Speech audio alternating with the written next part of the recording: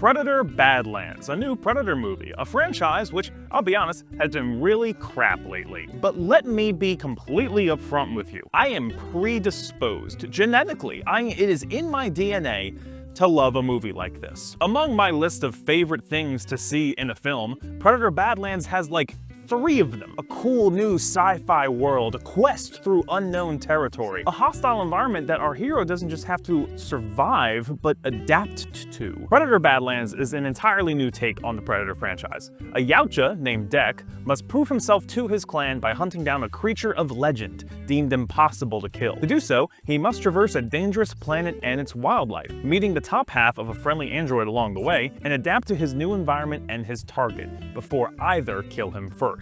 If you know me, you know that I love a good old-fashioned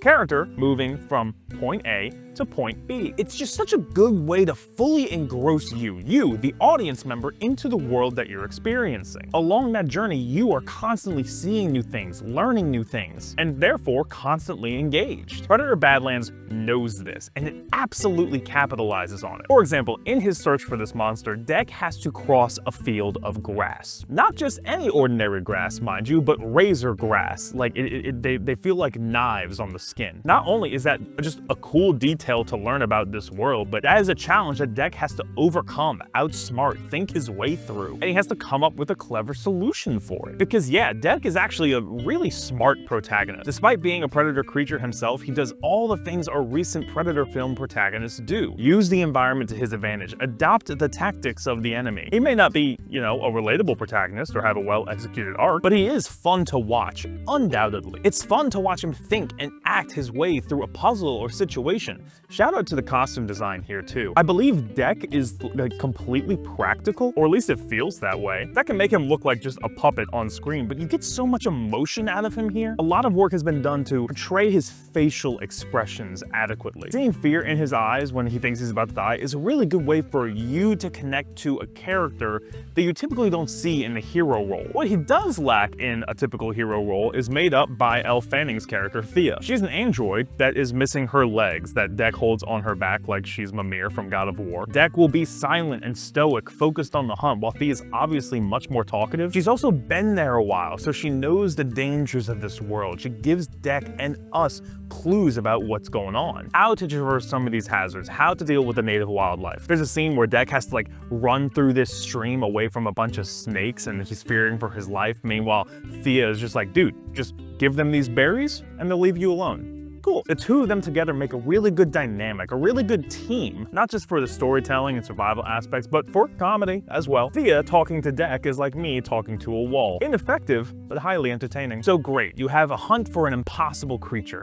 a fun team dynamic, a harsh environment leading up to an epic conclusion and fight against this monster. And then the film has an hour left. Seriously, the best parts of this film are so front-loaded and over way too quickly. We get the cool parts and then the plot immediately moves Dek to go fight this android research team. We had gold in the first half of this film. Why are you going over here? Why did you throw it away? It doesn't help that the second this sequence starts, you know exactly what's about to go down. It is predictable as hell. It's a side story that exists to give Dek some sort of character development that, I'll be honest, I don't think he needed. Or at least not character development like this, in the most cookie-cutter predictable way. It started going down, I'm like, oh, we're doing this story again. Okay. Fine. I really liked Dek as a character, and I know that as a creator you want to give your main character a character arc.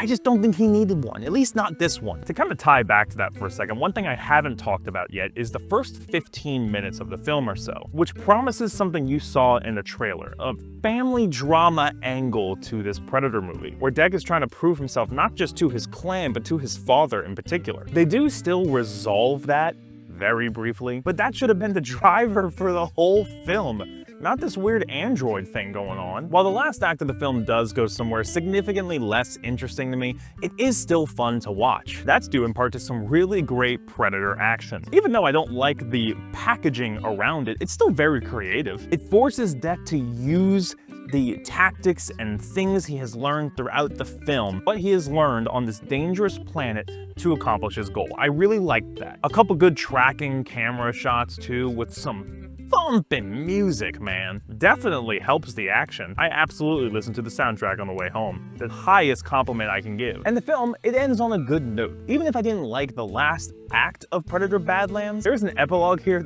it's great. It's truly great. So great, it made me say, oh my God, why didn't you just make this the whole movie? Okay, this review has been all over the place, but that's only because the movie itself is all over the place. It's an hour-long, thrilling survival quest through a hostile planet, executed in such a unique way. But it's another hour of a story you've seen 10 times before. One that forgoes the film's most interesting ideas that only a Predator movie could properly portray. Its action, music, and dynamic duo of Death and Thea, I think, are strong enough frameworks to support those shortcomings. But I still walked out this movie thinking, man, what if the final act was more in line with the other two? I'm gonna say absolutely give Predator Badlands a try when it hits streaming. I will say we do have another good Predator movie, okay? This franchise is not dead. Let's get some more of these. Dan Trachtenberg, you're doing great. Just keep up the good work. Just, you know, do what works. So what did you think of Predator Badlands? Do you want to kind of see this new sci-fi off-world approach to the Predator franchise continue? Let me know down in the comments below. And for more movie chats like these over a cup of coffee,